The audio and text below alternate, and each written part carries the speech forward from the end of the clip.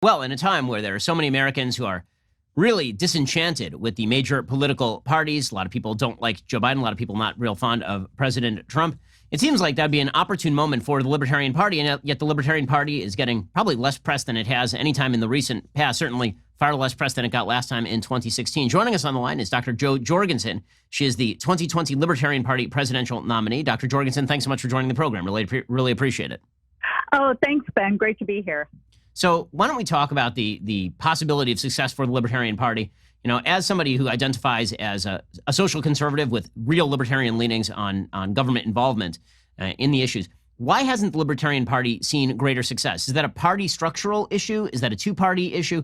Why hasn't the Libertarian Party become more of a viable third party in American life? Well, I would suggest that for what you said in the opening, you said that a lot of people aren't that thrilled about Biden and some people don't like Trump. So they realize that people aren't enthralled with their options. And so they certainly don't want people to hear about other options. And we see that right now with the debates. We have two, as the media labels them, two old rich white guys. And I would add, both of which want to continue to make decisions for you, both of which want to spend your money, and neither of which wants to bring their troops home. And I would say there's not a lot of difference, and I would be a real alternative on the stage. And so right now the debate commission is saying, no, we can't have you on the debate unless you're scoring at a certain percentage in the polls, but then they're not including my name in the polls. So, and by the way, the people who say, well, that's not very fair of the debate commission, well, they don't realize that the debate commission consists of half Democrats and half Republicans. So there you go. We're speaking to Dr. Jo Jorgensen. She's Libertarian Party nominee for presidential candidate in 2020. So, Dr. Jorgensen, let's talk about some of your policy positions. There's a lot of vagary sort of in the Libertarian Party, and it changes based on candidate year to year. There are some libertarians who are more hawkish on foreign policy, some libertarians who are more isolationist on foreign policy. There's some libertarians who seem rather sanguine about government involvement in freedom of association that prevents, for example, people who are religious from enacting their religion in daily life. Some people who are very much in favor of getting the government out of the business of business such that religious people can act as they see fit in their daily life. Where do you fall on those two particular issues, namely foreign policy and the rights of religious Americans? Well, my platform is the Libertarian Party platform. That's what I ran on. And, you know, some people call us isolationists without realizing what our actual policy is. And that's why when I say I want to bring our troops home, I say I want to turn America into one giant Switzerland, armed and neutral. So absolutely, we need to defend our country.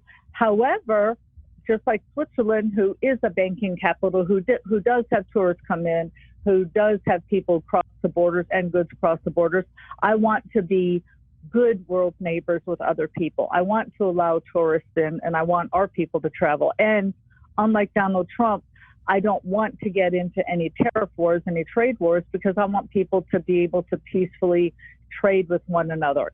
That, more than anything else, will help prevent wars. And that's one thing that I pointed to, is that we got into World War II after Japan bombed us.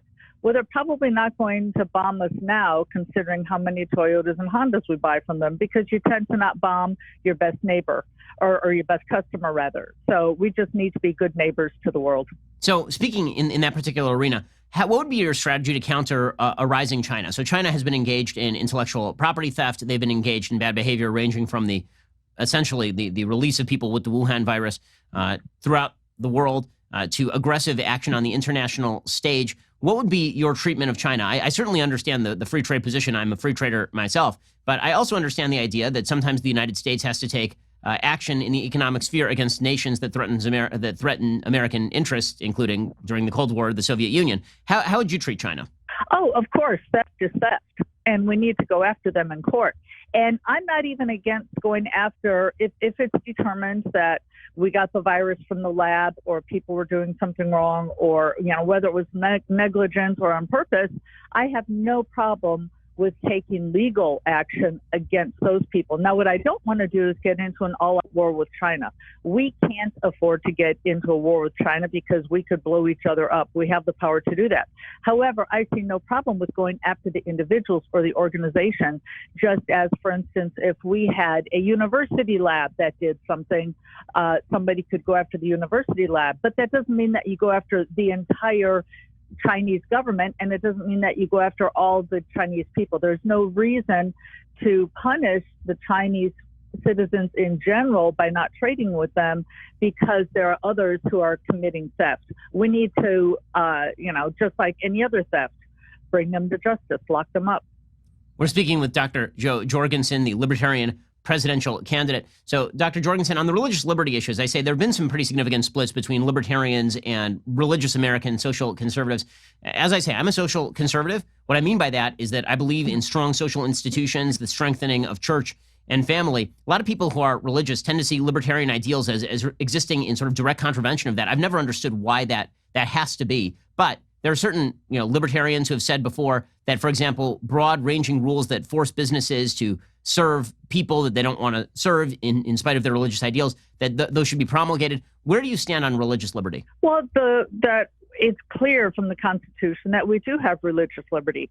And I would like to point out part of the problem why people maybe flock to the Republican Party is because they listen to what the Republican politicians do as opposed to what their platform says. And I would like to point out that I always make the distinction, and I did this in 1996 with my stump speech.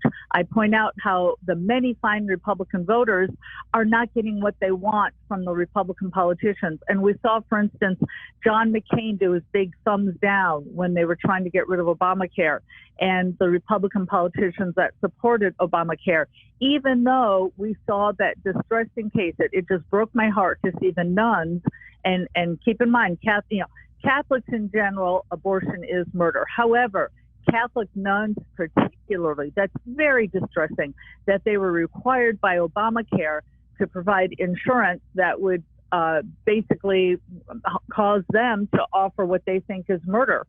Now, the Libertarian Party, first of all, would never pass such legislation nor support it, nor would they be like John McCain with the big thumbs down.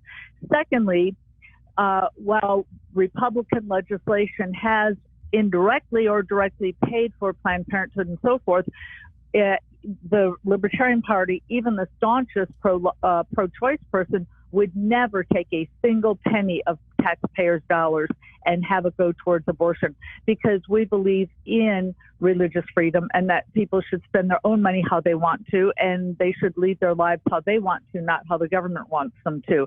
And also, I'd like to point out, religious freedom also includes you get to marry who you want to marry. It's what your church says. If your church is against gay marriage, then okay, then you don't have to get, your church doesn't have to allow it. If your church does allow gay marriage, it should allow it. And we saw with the free market, again, the free market always does a better job of protecting our rights. In the early 90s, the Walt Disney Company offered benefits to the partners of their gay employees, whereas in 2012, Barack Obama and Hillary Clinton were still against gay marriage. So again, we've got the larger parties who are interfering with religion and people's personal beliefs.